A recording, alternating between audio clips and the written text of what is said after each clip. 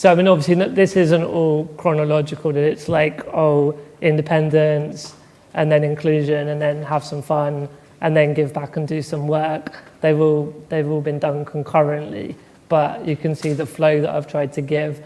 But this section is really about my professional life. So MartynSibley.com was born when I was in London. I went to a conference, and there was a couple that talked about the power of social media as a way of changing the world.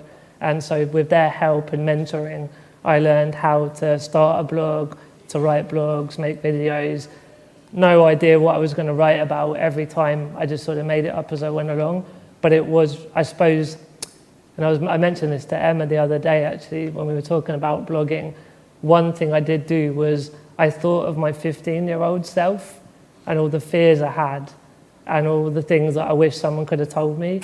And that's what I put into my blog. And obviously it doesn't just help 15-year-old disabled people. It actually has been useful for many different types of people. But that's kind of the inspiration that I use.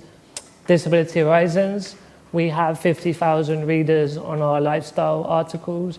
So if you ever want to check out, it's disabilityhorizons.com. And then Accomable was the travel website that Shrin and I founded off the back of the magazine.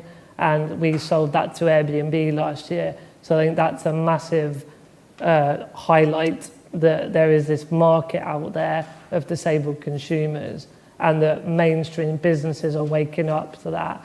And it's also important to have disabled employees when you're looking to serve disabled consumers. And I think if you take nothing else away, was that really proved that all the theory that we've been hearing about is a reality.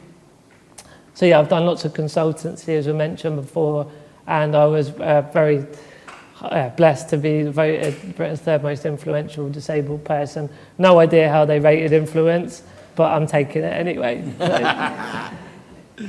Okay, thank you, John. Okay.